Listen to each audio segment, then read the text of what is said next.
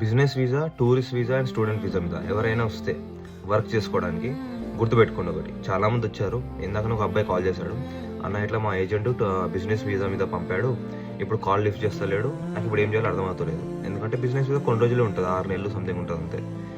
మీకు work visa కావాలి work చేసుకోవడానికి ఇక్కడ. ఒకవేళ ఇక్కడ వాళ్ళు పట్టుకుంటే, లైక్ పోలీసు వాళ్ళు లేదంటే ఎవరైనా ఆఫీషియల్స్ పట్టుకుంటే ఇరుక్కుంటారు, జైలుకి పోతారు మీరు.